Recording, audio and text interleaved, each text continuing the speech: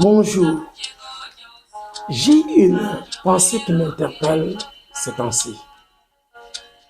Nous qui sommes dans le royaume de Dieu,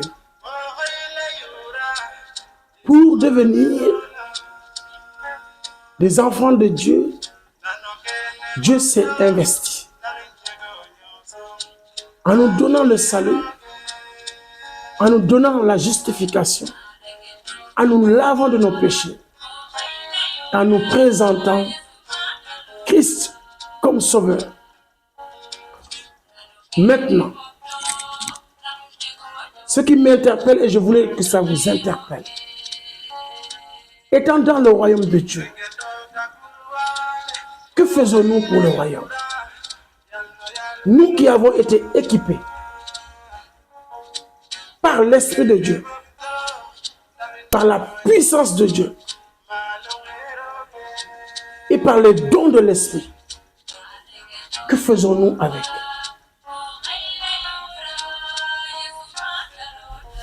La Bible nous dit, dans Michée 3:8, Michée pouvait dire, je suis rempli de l'Esprit et j'ai la force, la puissance de Dieu pour être juste, courageux, et j'ai la vigueur.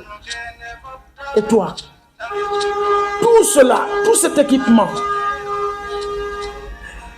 qu'est-ce que tu en fais? Moi, je crois que aujourd'hui, la force de Dieu, la puissance de Dieu pouvait nous pousser à marcher dans la justice, à être courageux, à être un agent de transformation. Pourquoi la force de Dieu? Parce que la force de l'humain ne peut pas faire cela. Alors que la force de Dieu te pousse à faire quelque chose où quelqu'un dira ça, c'est le doigt de Dieu. Par exemple, aimer ton ennemi. Tu as besoin de la force de Dieu pour le faire.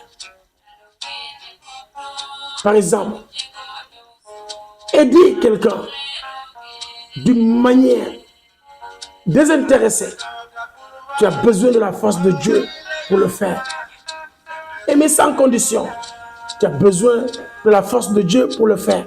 Et voilà, tu as la force de Dieu et tu ne le fais pas. Où est-ce que nous en sommes avec cela? Nous avons été équipés par l'Esprit de Dieu, les dons de Dieu. Les gens nous attendent. Les malades nous attendent.